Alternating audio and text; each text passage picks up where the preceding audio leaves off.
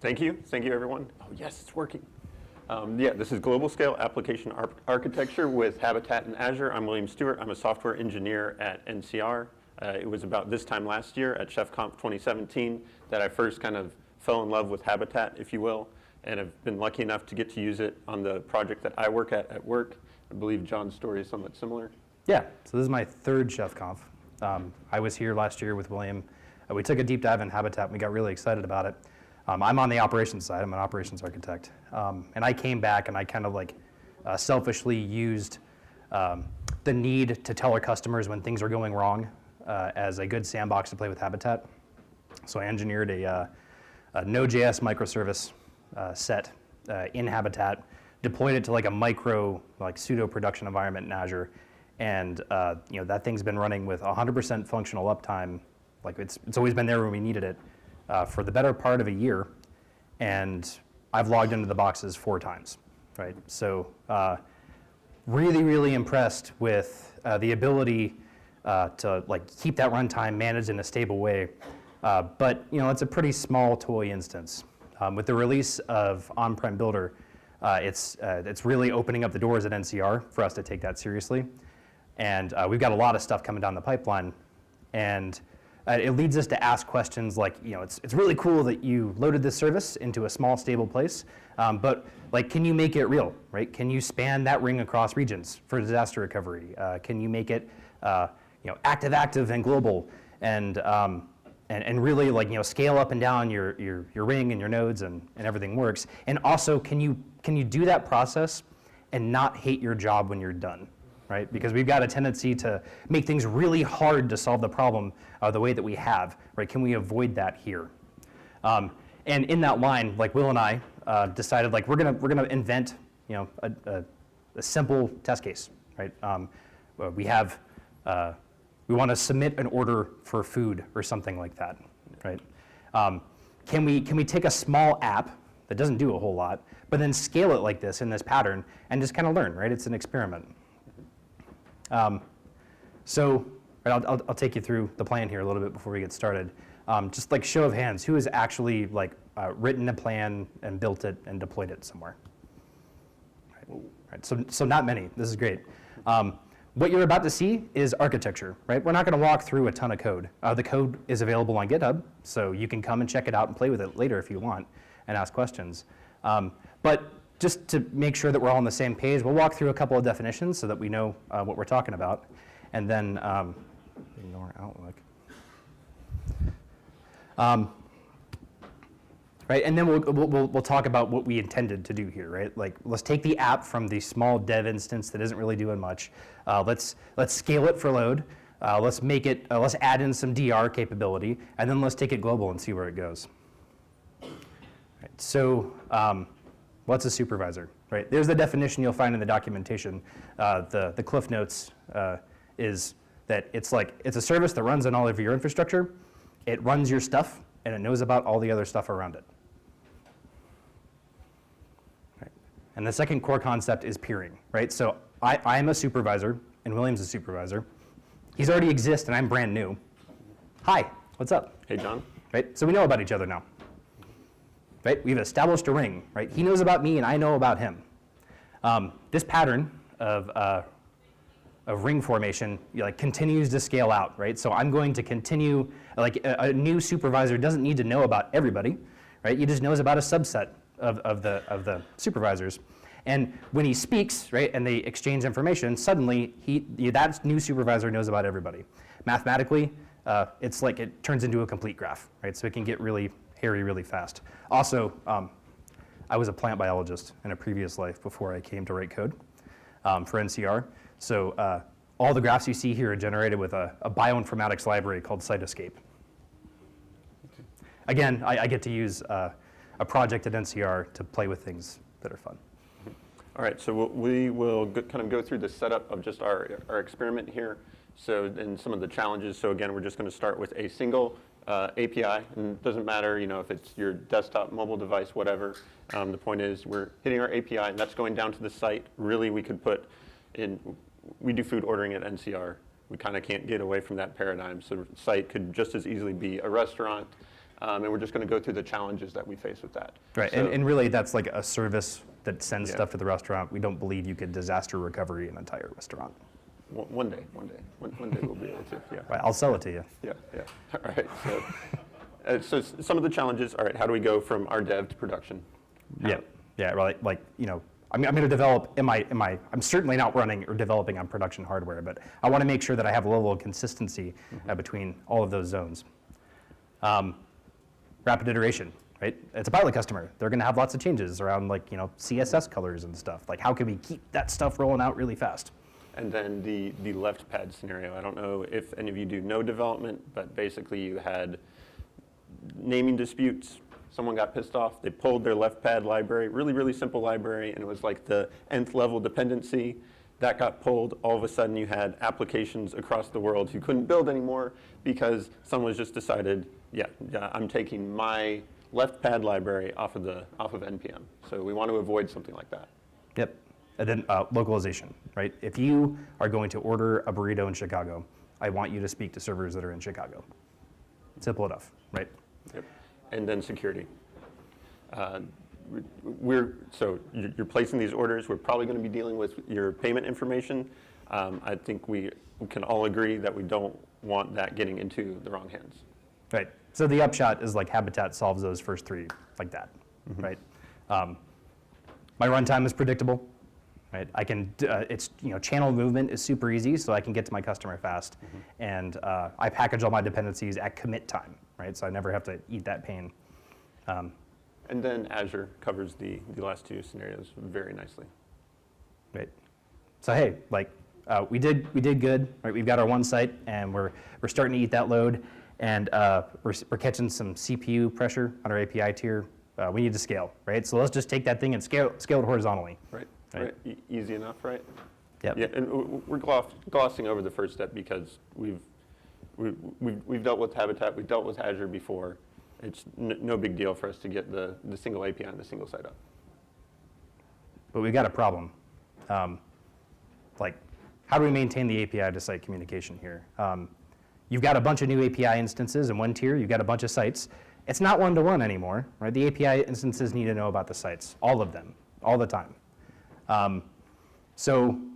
Right, we'll walk you through, like, the day in the life of the two of us about a month ago. And then this is where I jump in. It's like, don't worry, John, I got this. We'll add RabbitMQ in there. I'll switch the API in the site to, like, a pub sub model. Maybe we can throw something like Azure Cosmo DB in there, because that'd be really cool for a demo. Right, but then we got to pay for access compute, so we probably need to put a cache layer in front of it. Right. So let's use Redis for that. Yeah, there we go. Now we're really cooking. You know, this will be awesome. This demo is going to be amazing. What could go wrong? And that's how you lose a day, right? We tried this. We lost a day, tried to set all this stuff up. You can do it, but it didn't work out well. Funny story, we met with CTO at Sensu earlier this morning, and they described the exact same scenario in their 2.0 rewrite. And we're super excited about the product. Like, they took RabbitMQ and Redis, and they're like, hey, there's some functionality in there that we need. How about we just take that out and put it in the app? We don't even need to do that, right? Because we have Habitat. And I apologize for the size of the slides here. Again, the source code's online. But what you see at the top is our configuration, right, in the single site scenario. Like, there's an array, and it has the one site, and there's an API array, and it has the one API, right? And that's cool. The answer to skip all this architectural overhead is just, like, put the stuff in the configuration, right? And that sounds scary and insane until you realize that you have a service discovery layer built into Habitat that's writing that configuration all the time, right? As long as everything's in the same ring and that ring is stable, you can simplify this by just expanding your configuration footprint. As technologists, we have a tendency to solve our problems with infrastructure because it's easy, right? Like, we can buy that thing and it works. This is a big shift for us just in the demo alone, and it's going to ripple out through what we do moving forward. Like, taking this kind of stuff and making it application-centric and not infrastructure-centric. Yeah, I mean, and really it's just solving it the way that we're used to solving it. You know, let's go for the RabbitMQ and the Redis cache and all that sort of stuff. Right. Right, so this is what it looks like now, right? Every API knows about every site. We've got our load balancer, and everything's awesome. right? But here, as an operations guy, here's where I step in and stop innovation, make everything slow down. What about DR, man? Like, the data center is exploded, right? How do you survive that, right? Now, but it's okay, because I've done this before. I have the answer. We'll take full VM backups to another region, and when something goes bad, we'll just we'll rewire the IP, the network, so that it fits the configuration. We'll throw a public IP address in front of it, and then we'll propagate the DNS entries. Right, that takes like 2 minutes, right? Could be up to 8 hours, but it's better than nothing. True, but even in our hypothetical situation, we're talking about like hundreds of thousands of orders. Grandma really wants her chicken sandwich. Grandpa wants his burrito. That won't fly. 8 hours without a chicken sandwich, that's too much. Right, and if grandma doesn't get a burrito, bad things happen. Yeah. Yeah, so this is unacceptable, right? In the world that we live in now, you cannot take like a non-zero perceived downtime for your application. Just isn't cool. And it can cost you real money. So how do we get around this, right? Well, let's skip past all this stuff and let's just deploy our application to a second region. It's going to be easy because my deployment process is hab start the package. But we'll do it in a second region, right? Because we need all of the sites to know about all the other sites, that means we have to have a ring that spans these two regions. So we have to peer across it. But it'll totally work. And just to throw a plug out there, for the demo content, we played around with Azure's multi-region peering. If you've ever had in any cloud compute environment, if you've had to peer network instances across distant boundaries, usually it involves like a site-to-site VPN or a VNet to VNet connection or something like that. It's a lot of overhead. You got to declare limits, and it just sucks. Peering, not so much. You just say, hey, you can talk to you, and you can talk to you, and everything works. It's in preview. They just expanded the footprint, so we're looking forward to using that in our day-to-day. But it does highlight a problem, right? How do you deal with network split? Right? How do you survive that? This is like the most important thing, right? So if you walk away understanding one thing, it's probably what this problem is and how to handle it. So we'll step back from the application for the pseudo application for a minute and dip into the theoretical. So let's assume we have two regions, A and B. They're physically separate from each other, but we have some kind of flaky connection between them, right? You can reliably assume that the network inside a region is stable, but between them, no dice, right? So what you see here is that complete graph, right? Everyone knows about everybody, right? And then some nefarious opponent sneaks in and slices the cord between the regions, right? Within about 12 and a half seconds, right, this happens, right? And the reason why that happens is if I'm a supervisor and Will's a supervisor and he steps out to grab some coffee or something, and he takes more than 12 and a half seconds, I'm gonna go, hey Will, hey Will, hey Will, and you're dead. And I mourn and I get over it, right? And I invite Michael to come up to the stage and he can talk in his place. But that's behavior that you do want, because for elastically scaling, you don't want to be sitting there waiting on, sure, right? API number 10 when now you're scaled down to 5. So that's behavior you normally want, but as you can see, there can be some problems with that. Plus, if you didn't have that and you sliced your network, you'd have all these nodes trying to just ping every node on the other side, and it would just fill up your network stack. Nobody wants that. So how do we deal with this? The answer is a permanent peer.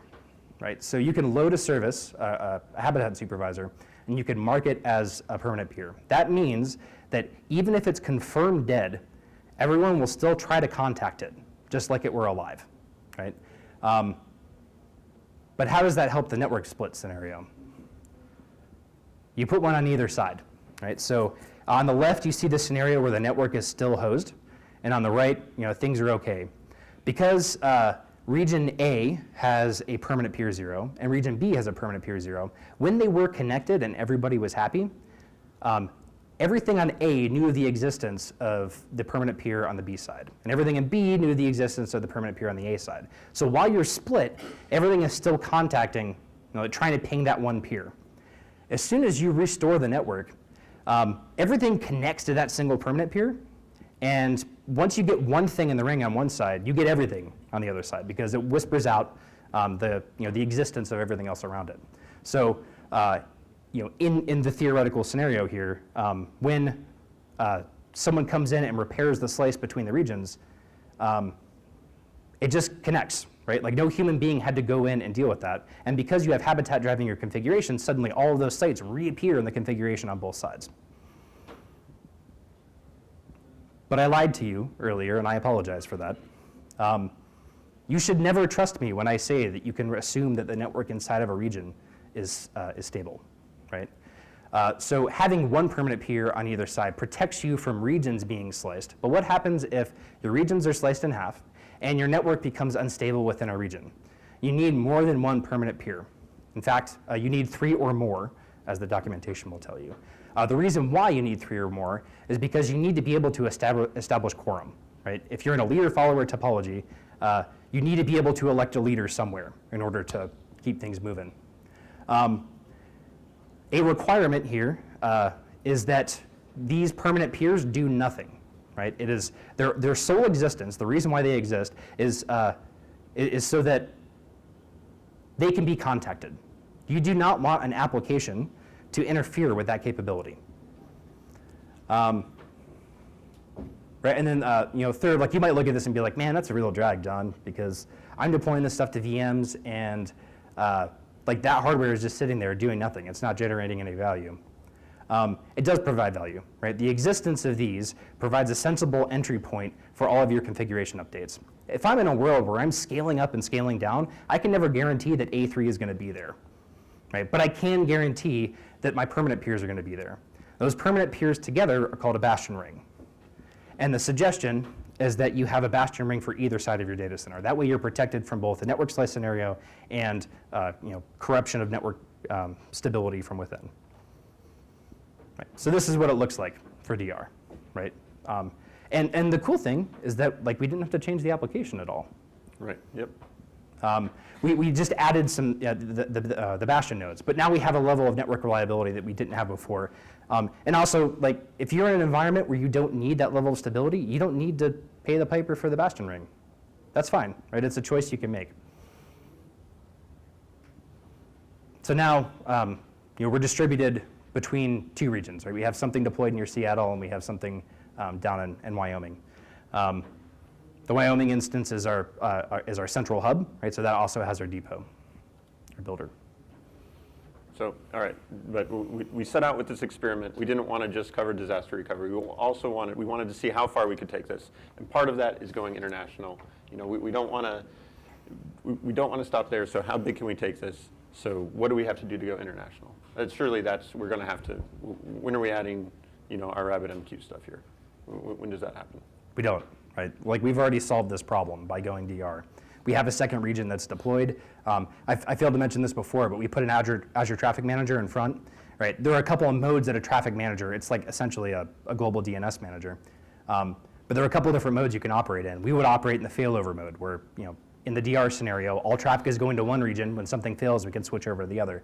We can just pop the configuration on the traffic manager and say like, hey, now you're going to geo load balance. Right? So we have this operating now. If you hit the endpoint, which we'll check out in a minute, you are going to go to Wyoming because we're all in Chicago right now. Right? But if I were to VPN into our corporate network in Atlanta, I would end up going up to Canada.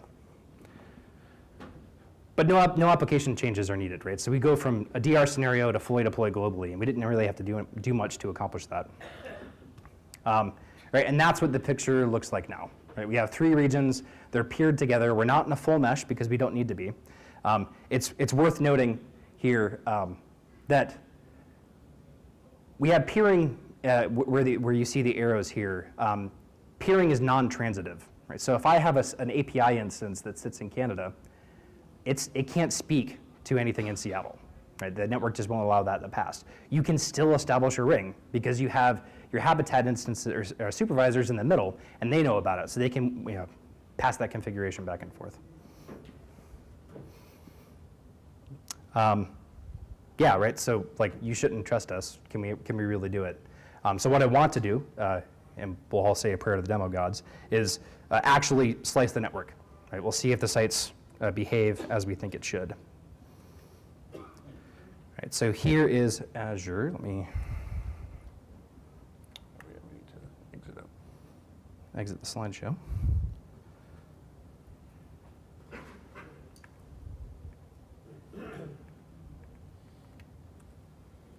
Come on. Bam. All right.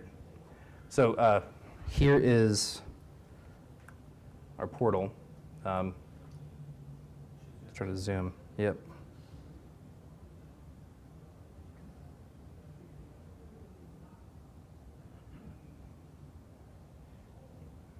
That is a little better.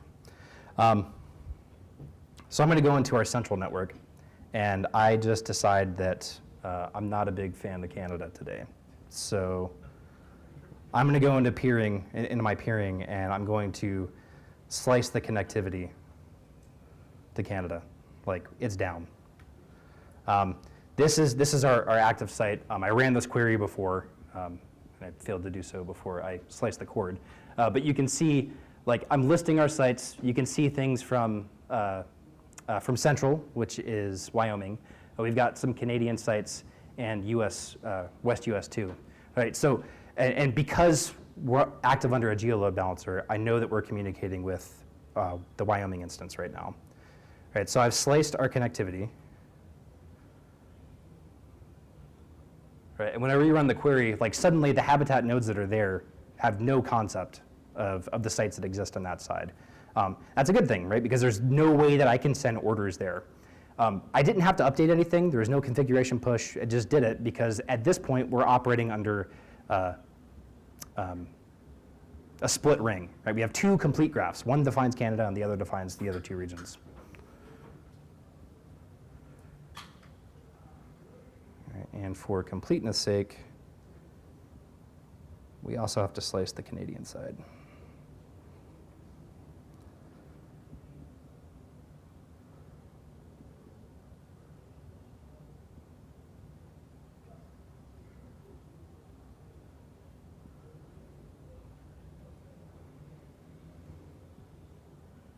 All right, that'll take a second. Now what we're going to do is let's reestablish it. Let's reestablish that connectivity. All right, so we're going to rewire our two data centers together. All right, at this point, like, you know, William's getting paged, dev on call, like, hey, like, we cannot order at half of our sites. I'm certainly getting paged because the network is hosed, but, you know, we're not interacting with the application yet.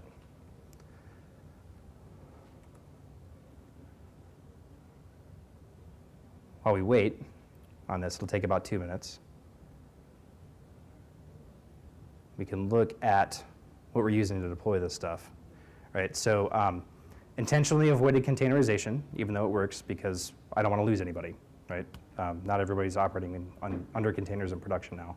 So we're deploying bare VMs. When a VM comes up, we want it to install the supervisor, know what it should be, right, activate that identity, pull down the packages, and peer into the ring. So if I look at any one of these regions, say we look at Canada, I've got folders for deploying our API, our Bastion ring, network, and the sites. And right? These are ARM templates, by the way. Yes. Yep. So like the pattern is that the Bastion ring always gets deployed first, every time, because that's always the first thing that lands, and it's going to peer and establish connectivity across regions whenever that peering is operational.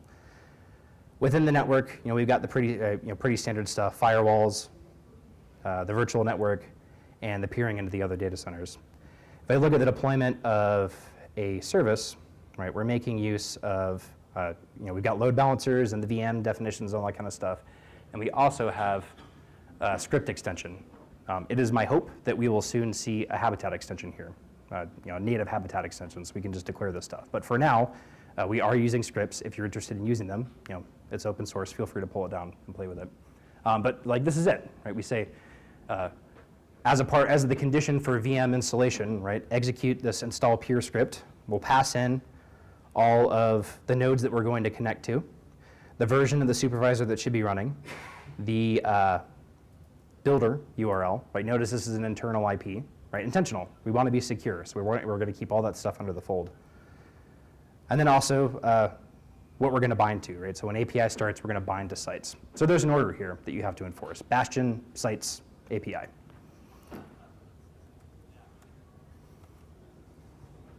All right, so we've established connectivity on one side. We've reestablished it on the other side. Those are successful. Otherwise, it would look red and nasty. All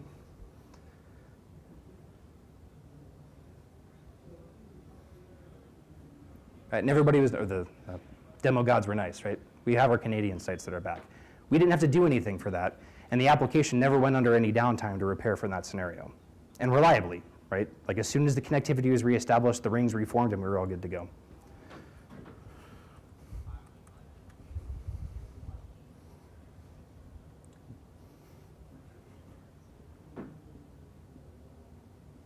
Right, so that's it. We can take any questions. This source code's available here, right? We're on the Habitat Slack, so feel free to reach out for questions as you move forward. What's that? First of all, wow, it was really impressive. Thanks. I enjoyed that. The second question I have for you, so I'm just trying to understand, when you say slice the network, what do you mean? Like in my head, like there's a cartoon character that literally like chops the cord between the two. In actuality, like if you have a VPN, maybe your VPN gateway goes down. You no longer have a way to pass any like TCP traffic between the two data centers. Yeah. So basically what you've done is recreate behavior. So I maybe I missed something here. Then what did you do to reestablish the connected site? If you could So we marked peers. So the question is, what do we actually do to allow for that connectivity to reknit itself when the network was restored? So what we did simply is we marked permanent peers on either side. You'll see this reference in the Habitat documentation, but there's not a lot of it, which is what led us to feature it heavily here. You'll see it referred to as the bastion ring, right? So you mark a collection of permanent peers, supervisors. They're not doing anything. They're not loading any services. They're just there. And they're marked when the supervisor starts as a permanent peer. That means that even if every supervisor thinks this thing is dead, it's still going to try to ping it and reestablish connectivity. If you didn't have permanent peers, you could still fix this problem by restarting all your services and reestablishing whatever initial peering crossed that gap. The permanent peer simply allows that to happen continuously without you having to do anything. Yeah, so in the demo, all we did is he just manually went and removed the peering between two regions, and then using the command, so that was in the web interface, and then in the command line, he just restored that peering, right? Yeah. That was it. Habitat took care of the rest, so we didn't have to do anything else. We literally just unplugged the cable and plugged it back in, and. Nope, because the permanent peers are marked as permanent peers, they're going to continually try to contact each other.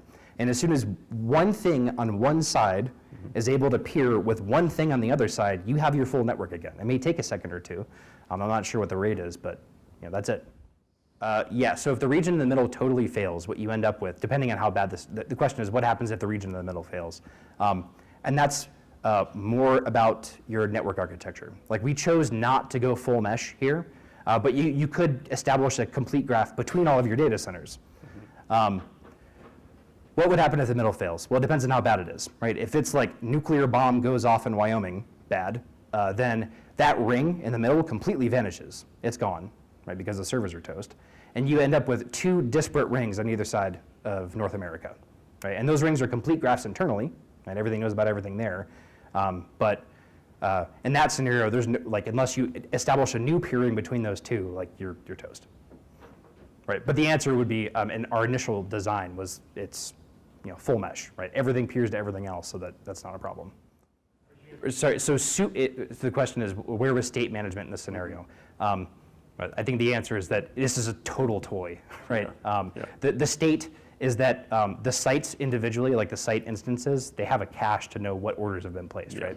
They have a local database, but apart from that, they're all. Yeah. Yeah. Kind of. We actually we played around with this idea a little bit, and here, in this scenario, things that you live in Canada and you place an order for something awesome, right? Yeah. Glad that's a true statement. So you go home and you place an order in the Canadian DC for a site that's in Seattle, right? There is no way for these two to talk together, right? And like if suppose there's security risk, right? Like I don't want these two to know about each other really at a TCP level or a network stack level, but I still need to be able to pass orders. Like we were noodling with this, and then what did you do to fix it? I just basically set up some basic peering between the APIs. So if one API couldn't send the instance, couldn't send to a site, it would go and ask its neighbors if they could send it. Yeah. Right. So like total fair question. And earlier when we kind of like stuck our nose up at like deploying a RabbitMQ cluster and Redis and all that, you could totally do that. If it makes sense for the application, go for it. The point is you don't have to, right? You get really complicated application behavior in a really simple way because you have this very mature service discovery layer that sits under it. Yeah, ideally, we wanted a full mesh, but we ran into some issues for the demo getting that set up. Yep. Anybody else? All right. Well, thanks a lot. I appreciate it. Yeah,